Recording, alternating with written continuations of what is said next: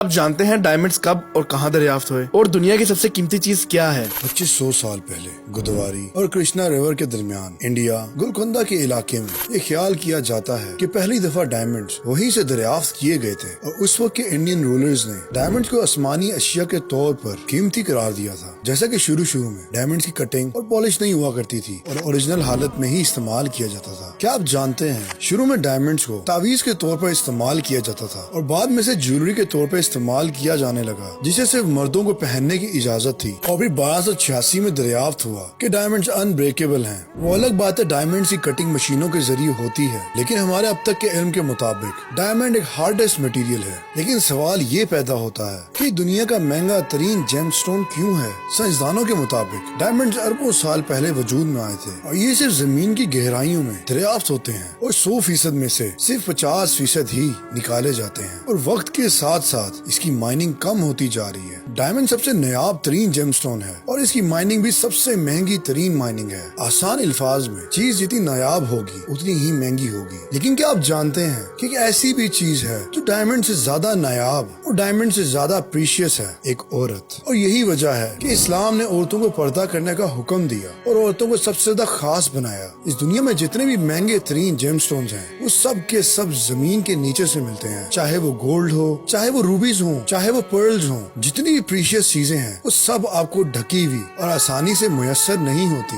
اسی طرح اسلام میں عورت سب سے زیادہ نایاب ہے اس دنیا کی ہر چیز سے. اس لیے میری بہنوں، آپ اللہ تعالیٰ کی سب سے نایاب ترین مخلوق میں سے ایک ہو اور اللہ تعالیٰ نے آپ کو آپ کے حقوق دے کے نایاب کیا. جس طرح انسان اپنے گھر کی سب سے مہنگی چیز کو چھپا کے رکھتا ہے، اسی طرح اسلام میں عورت کو پردہ کرنے کا حکم ہے کیونکہ اسلام میں عورت سب سے زیادہ نایاب ہے. اللہ تعالیٰ قرآن میں فرماتا ہے، اے پیغمبر، اپنی بیویوں اور بیٹیوں اور مسلمان عورتوں سے کہہ دو کہ باہر نکلا کریں تو اپنے منہ پر چادر لٹکا کر گھونگھٹ نکال لیا کریں.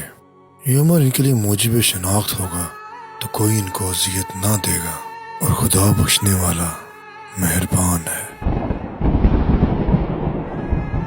اللہ اکبر. بے شک اللہ تعالیٰ کے ہر حکم میں حکمت اور دانائی ہے. اس لیے ہم کہتے ہیں غور کریں کیونکہ غور کرنے والوں کے لیے نشانیاں ہیں.